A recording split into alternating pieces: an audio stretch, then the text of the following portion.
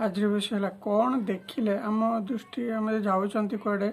कौन करुँच तो जदि कौन दृष्टि है आम जान तो शुभ और अशुभ बोली आज से शुभ अशुभ भितर आम जान आज टपिक रे कौन देखिले आम शुभ होता है तार आमर तार माने संकेत गुड़ाक मुझे आपन को जहाँ पुराण लिखा अच्छे बाम पाखे शव देखिले शुभ आगरे नेउल देखिले शुभ चाली पुरुषर डाहण आखि फड़किले बा डेइले भी शुभ होता है पुरुष लोक स्त्री लोक बाम नारीर बाम आखि फड़किले गाई बाछुरी को क्षीर देउथिले देखिले भी शुभ होता है आ गोटे माछ और दही देखिले भी मध्य शुभ होता है पानी पानी आनिबा को जाउथिबा नारी देखिले मध्य कौन जगह शुभ होता है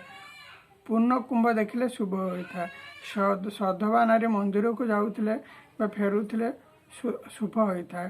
शंख ध्वनि शुणिले भी मध्य शुभ होता है महाप्रसाद मिले भी शुभ होता है शंख ध्वनि शुणिले भी शुभ होता है आउ गोटे आप बहु गुड़ाए अच्छी भदभदलिया पक्षी जो उड़ी जाऊँ देखिए मध्य शुभ होता है दुई जन गुरा ब्राह्मण देखिले मध्य बहुत शुभ होता है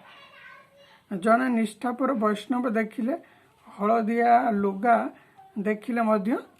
शुभ होता है डाहण पाखरे हरिण देखिले नारीर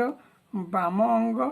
थरिले मध्य शुभ होता है सम्मुखरे नाउरिया को देखिले सकाळ शुभ होता है एतिक जानिले आपन को